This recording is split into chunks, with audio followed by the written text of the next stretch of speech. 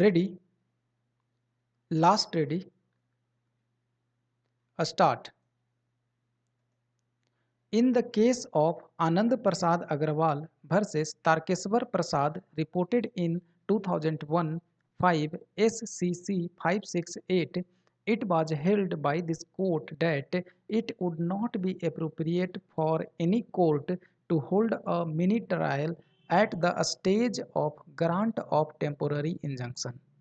The burden is on the plaintiff by evidence eluding by affidavit or otherwise to prove that there is a prima facie case in his favor which needs adjudication at the trial.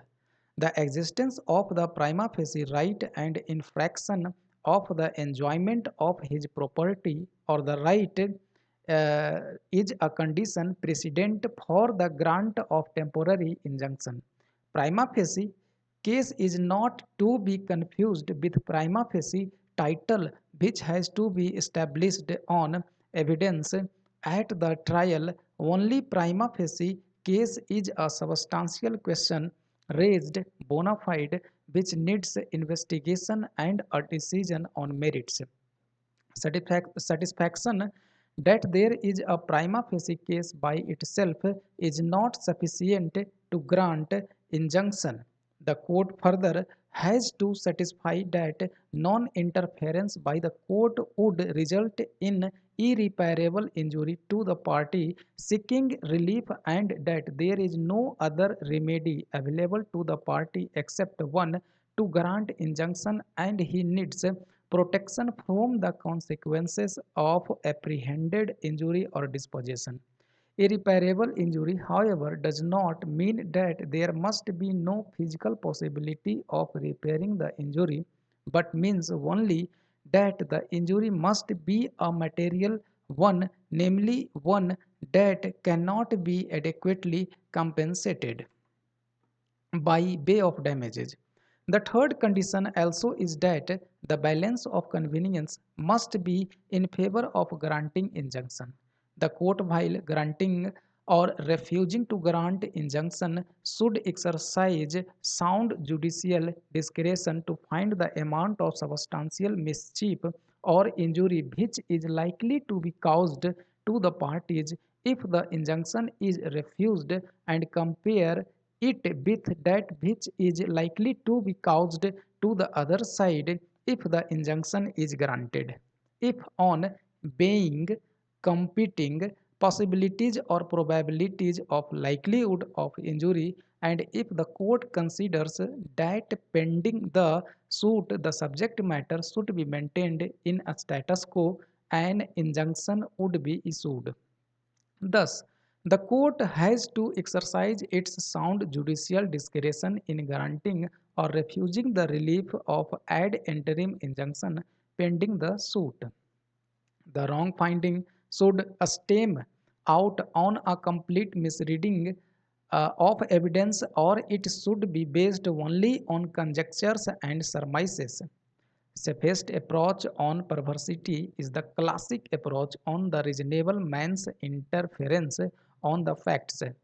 To him, if the conclusion on the facts in evidence made by the court below is possible, there is no perversity. If not, the finding is perverse. Inadequacy of evidence or a different reading of evidence is not perversity. Seen in light of the aforesaid settled position of law, we are of the clear view that in the facts of the present case, the High Court overstepped its appellate jurisdiction under Order 43 of the CPC and substituted its own view for the one taken by the trial court without giving any categorical finding as to why the order of the trial court would be said to suffer from any perversity, capriciousness, arbitrariness, malefides, or having been passed in ignorance of the settled principles governing the grant of injunction under Order 39 of the CPC.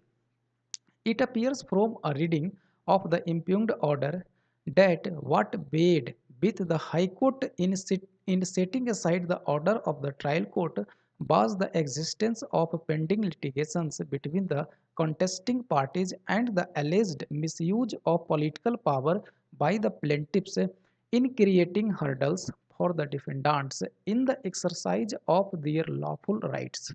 The High Court failed to point out any perversity in the order of the trial court which occasioned it to set aside the grant of injunction. We are of the view that the High Court ought to have limited itself to adjudicating the correctness of the order of the trial court on the settled principles of law and should not have taken into consideration any other extraneous matters, more particularly when the suit is still pending for adjudication on merits before the trial court. We are informed that after the High Court allowed the appeal and before this court granted the interim relief, the defendants have transferred the suit property, that is, during the pendency of the present appeal. We would like to underscore that although the impugned order of the High Court is voluminous and runs into more than 55 pages, yet it regrettably falls short of addressing the pivotal issues raised by the plaintiffs.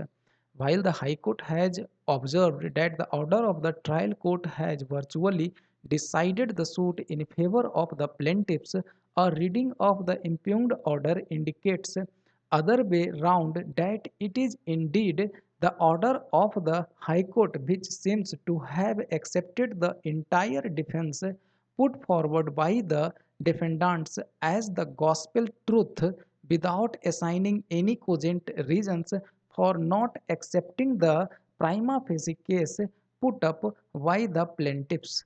Stop.